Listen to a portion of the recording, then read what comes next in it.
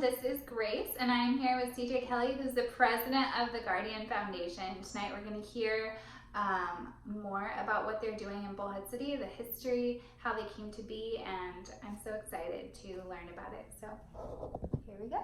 Extreme. My name is CJ Kelly, and I am the president of the Guardian Foundation.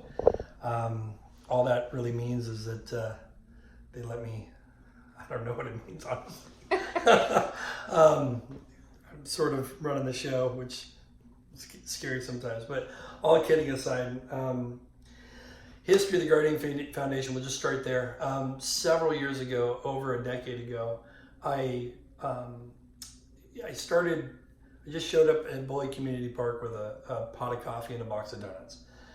Sat down with some of the homeless guys at one of the tables, just, hey, can I sit down? And they're like, for sure, it's a free country. And that started up a conversation. And I, from that point on, just continued to go out and get to know them, get to know their stories.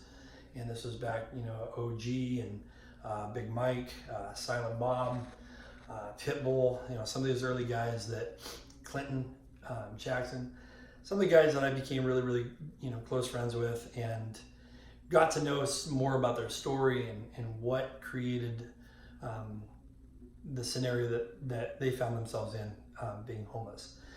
And I learned a lot about homelessness pretty quickly early on, and I've learned a lot since. The Guardian Foundation kind of was born out of an idea.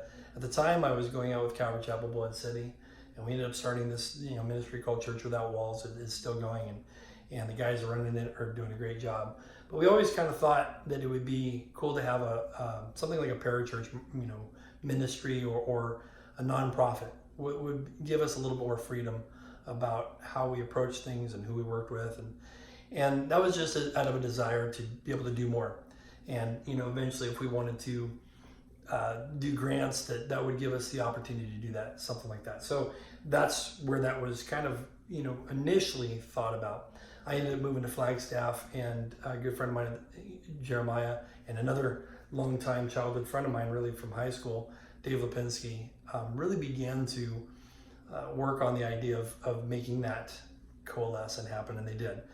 I came on board as kind of more of an advisor pretty early on after the Guardian Foundation was established and founded, and then when we moved back to Bullhead City, I came on as a basically vice president, and then about 2 years ago stepped up to be the president. So that's where I've been serving since.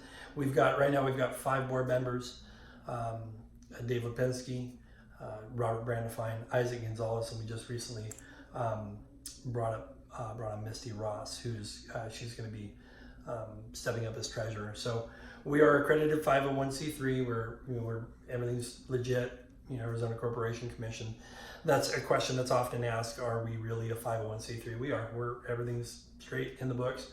And so as such, we are a nonprofit, and when I say nonprofit, we are really a nonprofit.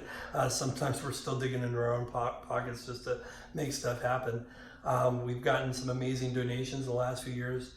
Legacy Foundation, Bullhead City Islamic Center helps support actually an entire month of, a night every week of meals.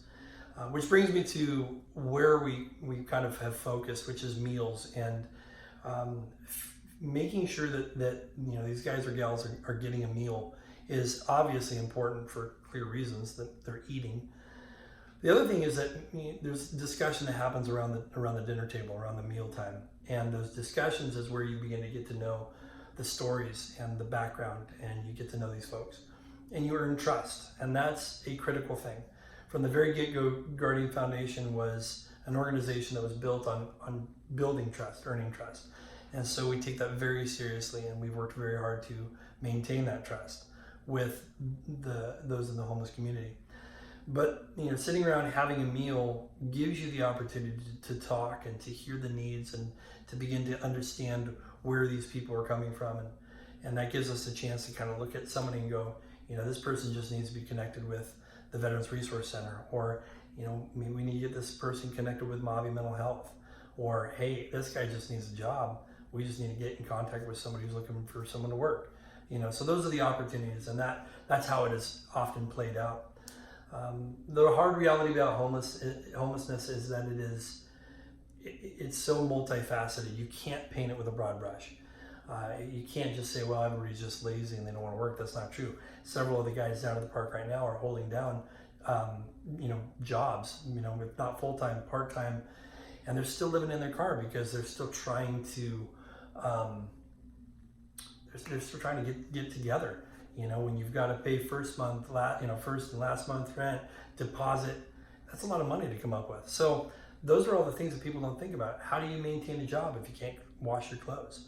How do you get a job if you can't bathe regularly?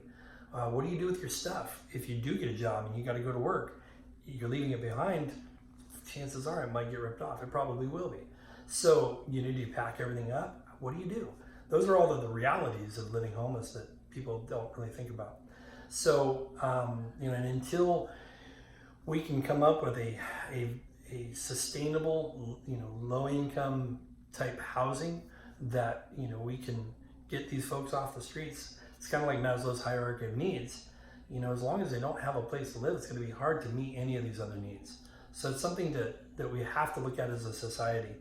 We spend as taxpayers a lot of money. I don't have the numbers in front of me, but I can tell you, we spend a lot of money on, arresting homeless people for vagrancy or for minor infractions. And, they get arrested. It begins to build into a record. They get fined. They can't pay their fines because they're homeless. They're not working. So then they get picked up again and they haven't paid their fines. And so now there's a warrant issued. They get picked up for that warrant. They get, hooked and booked and taken up to Kingman. They sit in the jail for X amount of days and then they get cut loose. And it starts all over again. And we're the ones paying for that, the taxpayer. If somehow we could figure out a way to invest that money into some sort of sustainable housing, that would be best. So there's so much more I could talk about. I know I'm running out of time. So one of the things that I guess I would recommend and I would suggest is come out and see. Come out and see what we're doing, see what we're dealing with, see what the need is, and meet these people firsthand. We're on Facebook, Guardian Foundation. We have, I think it's BullheadCityGuardianFoundation.com is our website. You can reach me, CJ Kelly, just send me a message, send us a message at the Guardian Foundation Facebook. Just if you're interested, you want to talk, even if you want to argue with me, let's talk. I'm always down to talk. I may not agree with you, but we've got to do something, and doing something is better than nothing. And sometimes we learn as we go, but we can't afford to look away anymore. So bottom line is we got to kill our apathy and look beyond ourselves and see the need and do something. So thank you very much, and there we go. So I just want to say thank you so much, CJ, for starting this, because this last, week and a half, I've been going down there almost every night, and I've made such good friends, and there's something really exciting happening on Wednesday. I'm not going to say it now. I'll just let you guys think about it, but it's really going to be so awesome, and it's our community just coming together. So I definitely have had my eyes open to just the plight of people here in our town. And so if you do want to come, make something, bake some cookies, come down there and bring it to them. They would love to get to know you. So, all right, thanks guys. Have a good night. Hi everyone. Thank you so much for watching this interview with me and CJ. I think this is a problem in every city in America, and the people are incredible, and they have issues. We all have issues. I think the thing that I really got out of talking with CJ was these people's issues are everybody's issues, but they are out in the open for everybody to see. And so I would just encourage you, no matter what town you're from, go and get to know them. Go be part of the solution instead of complaining about the problem. That is what I would suggest. And I'm trying to be that too. I'm not asking you to do anything that I'm not trying to do. So I hope that you guys enjoyed this, and I thank you so much for watching. Please subscribe and please share this video so more people can learn about this broken system and we can try and fix the homelessness situation in our towns. Have a great day.